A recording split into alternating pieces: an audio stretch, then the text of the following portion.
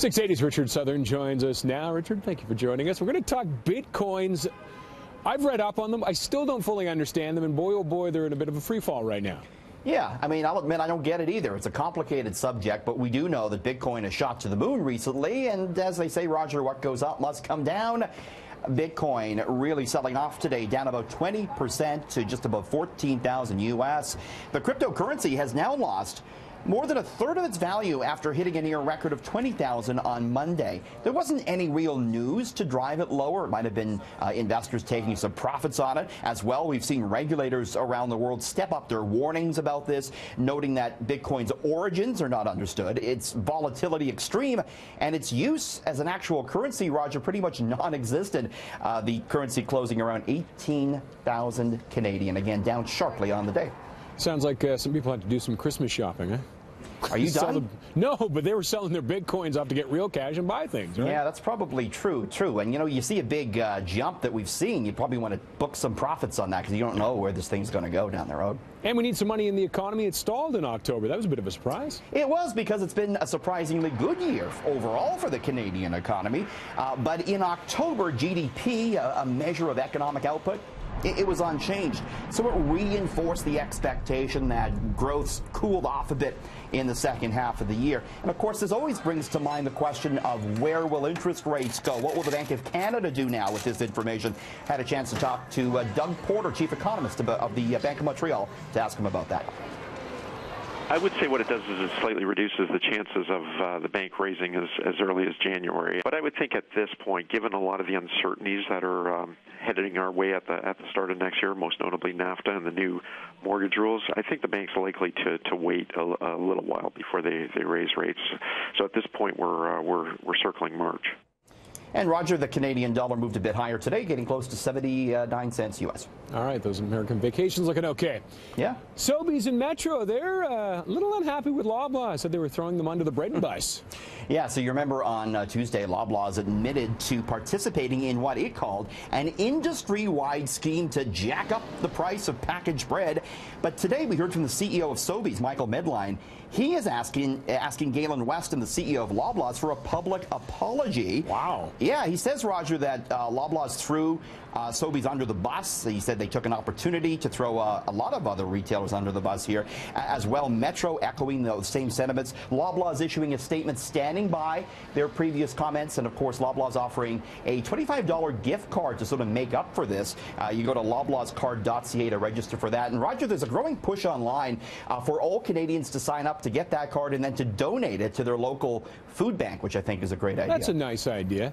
Yeah. That sounds a little bit like, did Loblaws get a jump on the others? Is that what they're mad at? Yeah, because they got absolved from any legal proceedings by coming out ahead of this. So I don't think we've heard the end of this one just yet. No, we're not done with the bread yet. All right, Santa, of course, 2 more nights, and then he's on his way, going to pack his sleigh and all that fun stuff. But you've been crunching the numbers to see just how much it would cost for doing this. He's such a wonderful man, and apparently a multi-billionaire. Yeah, he does it for the love of it, but just for fun. What would it cost him? So the cost to make the toys pegged at $24.3 billion.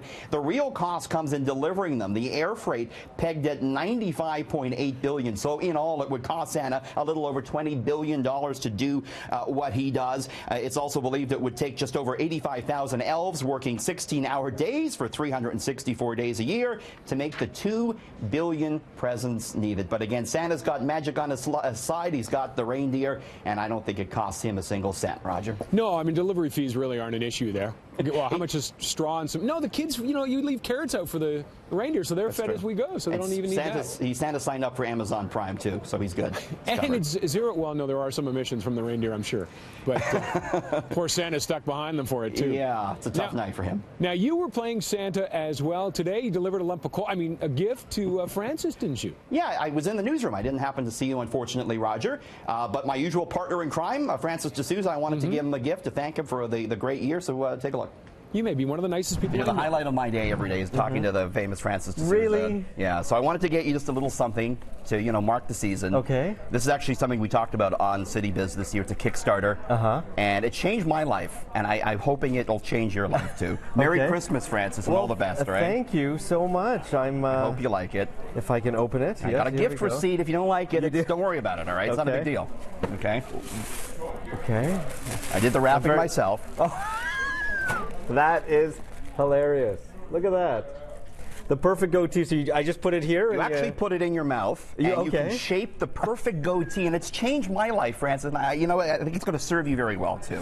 It's the goatee saver. And, of course, I got you something. No, you didn't have to do that. I got you something. You didn't have to do Hold that. on. There is where I put it. I knew I put it somewhere.